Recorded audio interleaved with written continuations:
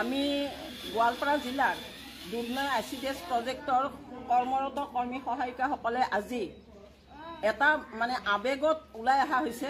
আবেগ মানে কি, অসমত যি 230টা প্ৰজেক্ট আছে, এই 230টা প্ৰজেক্ট আপোনালোকে সকলোৱে জানে 1975 চনতে এই ICDSৰ জন্ম। এই ICDSৰ জন্ম হৈছে।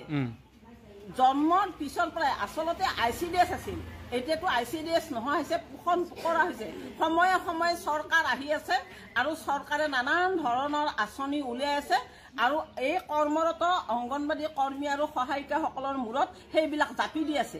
তেওঁ নীৰৱে সহ্য কৰি আছিলে কৰ্মী আৰু সহায়িকাসকলে।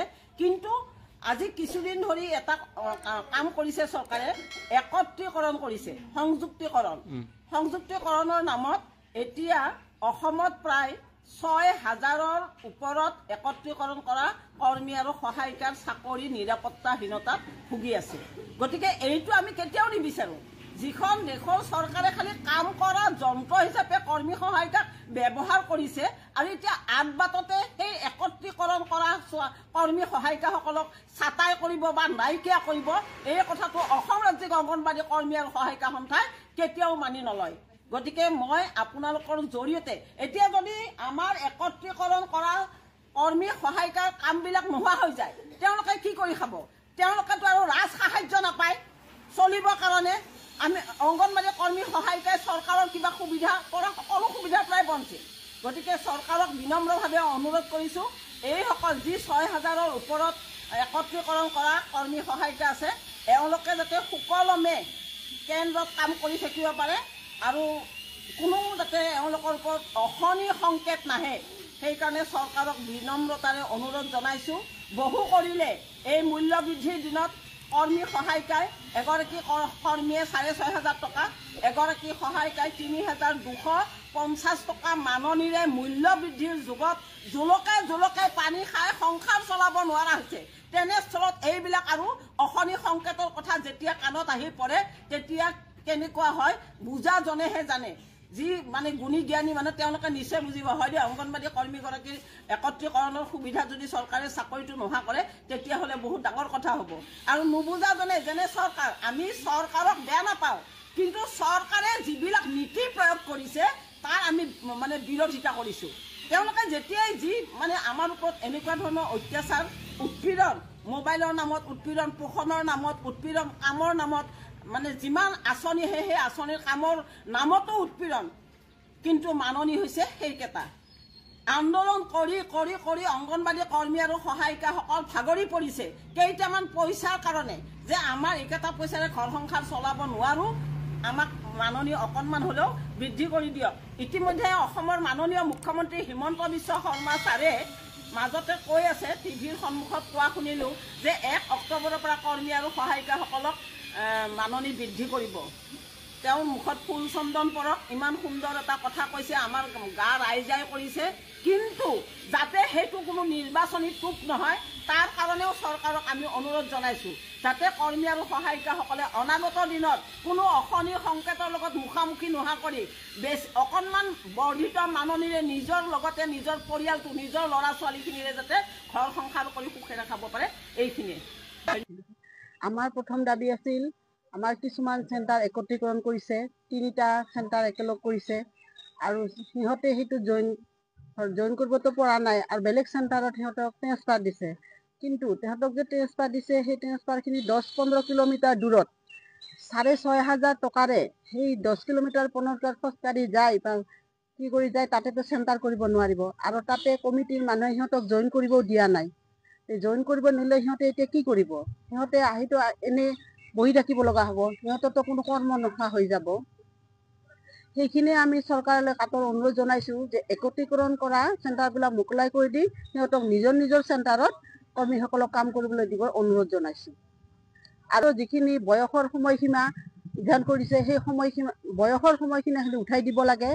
আৰু যিবিলাক কেন্দ্ৰত ৱাৰ্কাৰসকলৰ ৰিটায়াৰ হৈছে, সেই ৰিটায়াৰ হোৱা চেণ্টাৰবিলাকত হেল্পাৰবিলাকক মানে কিহৰ কৰ্মী পদত পদোন্নতি দিব লাগে।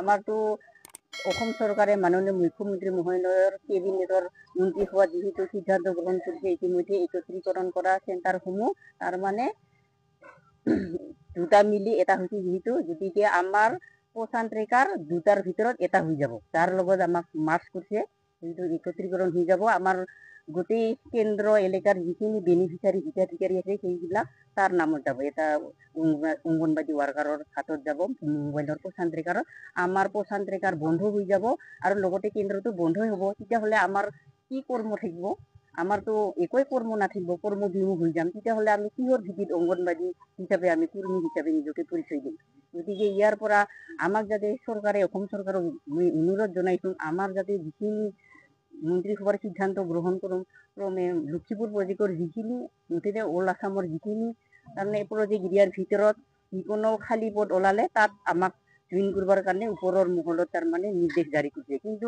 আমি জইন কৰিব গ'লে কমিটিৰ মানুহবিলাকে আমাক বাধা দিয়ে স্থানীয় নহয় বুলি স্থানীয় মানুহকহে আমি নিযুক্তি দিম বুলি কয় গতিকে আমিতো জইন কৰিব পৰা নাই মই ইতিমধ্যে দুটা চেণ্টাৰত পাইছিলোঁ অৱসৰ লোৱা ঠাইত কিন্তু আমাকতো জইন কৰিব নিদিলে মোকতো মই পোৱা নাই এতিয়ালৈকে গতিকে এতিয়াতো আমি ওলমি থাকিব লগাব ইতিমধ্যেতো কিছুদিনৰ পিছতে আমাক পচান্ত্ৰিকাৰসমূহ বন্ধ কৰি দিব তেতিয়াহ'লে আমি কি লৈ জীয়াই থাকিম আমাৰতো কৰ্মবিমুখ হৈ যাম আৰু সেইকাৰণে অসম চৰকাৰৰ মাননীয় মুখ্যমন্ত্ৰী মহোদয়ক সাদৰ অনুৰোধ জনাইছোঁ যাতে আমাৰ কেন্দ্ৰসমূহ যিখিনি ইতিমধ্যে আমি পুনৰ নিয়োগ ব্যৱস্থা কৰিব পৰা নাই সেই কেন্দ্ৰসমূহৰ কৰ্মী সহায়কসকলক যাতে কেন্দ্ৰসমূহ যাতে পুনৰ একত্ৰীকৰণৰ পৰা মুকলি কৰি আনি দিয়ে তাৰ কাৰণে মই অসম চৰকাৰৰ মন্ত্ৰীসভাৰ কেবিনেটক মুঠতে আহ্বান জনাইছোঁ আমাৰ ফালৰ পৰা কৰ্মী সহায়িকা সন্থাৰ ফালৰ পৰা লখিমপুৰ প্ৰকল্পৰ কৰ্মী সহায়িকা সন্থাৰ ফালৰ পৰা আৰু লগতে আমাৰ সহায়িকাসকলৰ পদোন্নতিৰ ক্ষেত্ৰত যি বয়সৰ খেলি মেলি হৈ আছে সেইবিলাক যাতে ৰেহাই দিয়ে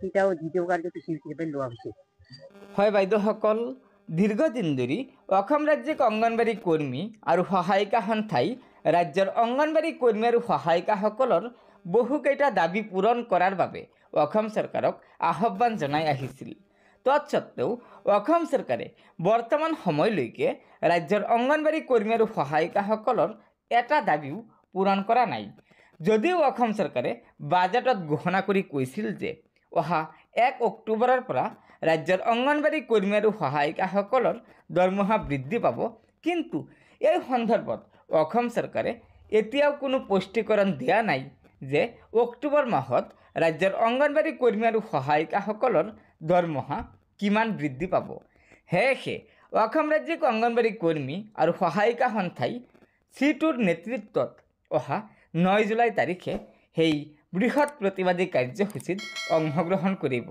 যাতে অসম চৰকাৰে অংগনবাড়ী কৰ্মী আৰু সহায়িকাসকলৰ দাবীসমূহ পূৰণ কৰিবলৈ বাধ্য হয় গতিকে বাইদেউসকল লগৰ বান্ধৱীসকলক এই ভিডিঅ'টো শ্বেয়াৰ কৰি আজিৰ এই গুৰুত্বপূৰ্ণ খবৰটো জনাই দিব আৰু নতুনকৈ অহা বাইদেউসকলে অনুগ্ৰহ কৰি আমাৰ এই চেনেলটো ছাবস্ক্ৰাইব কৰি ল'ব ধন্যবাদ জয় আই অসম।